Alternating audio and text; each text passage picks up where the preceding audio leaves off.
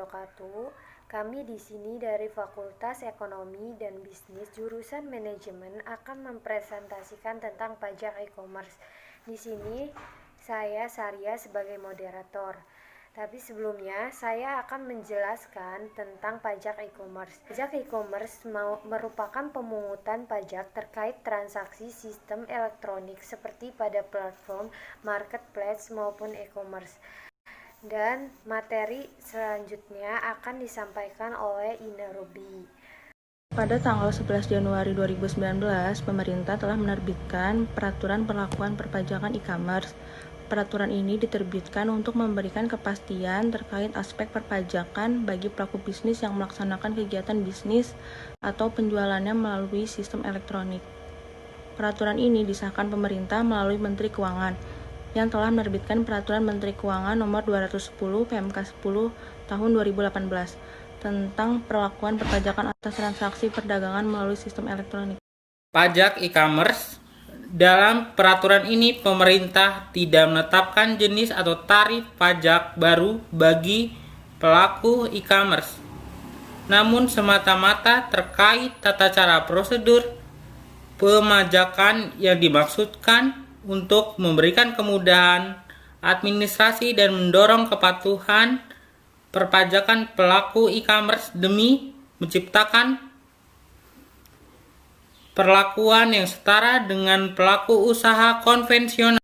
Pokok pengaturan dalam PMK 210 ini adalah sebagai berikut.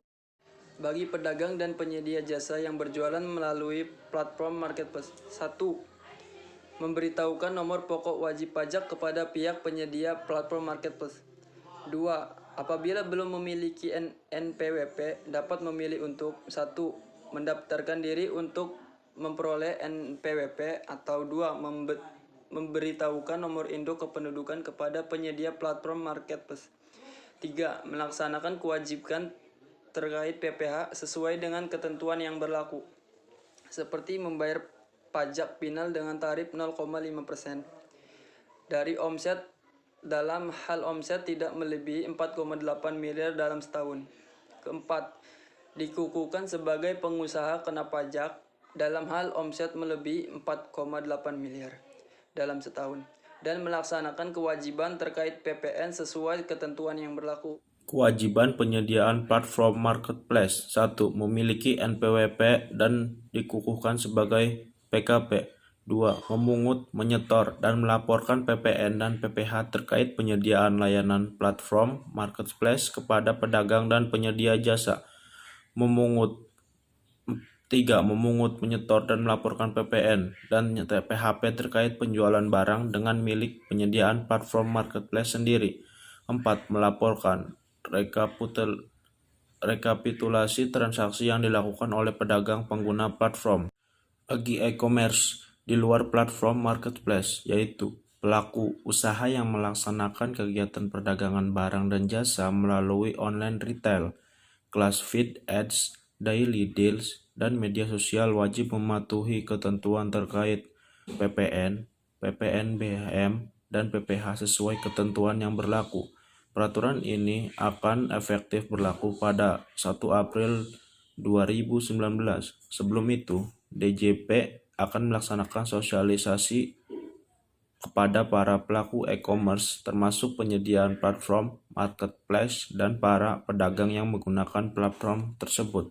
Penarikan pajak dari transaksi e-commerce ini bertujuan untuk menerapkan keadilan bagi semua wajib pajak, baik konvensional maupun e-commerce. Pada dasarnya, kewajiban wajib pajak pelaku bisnis e-commerce dan konvensional tidak berbeda.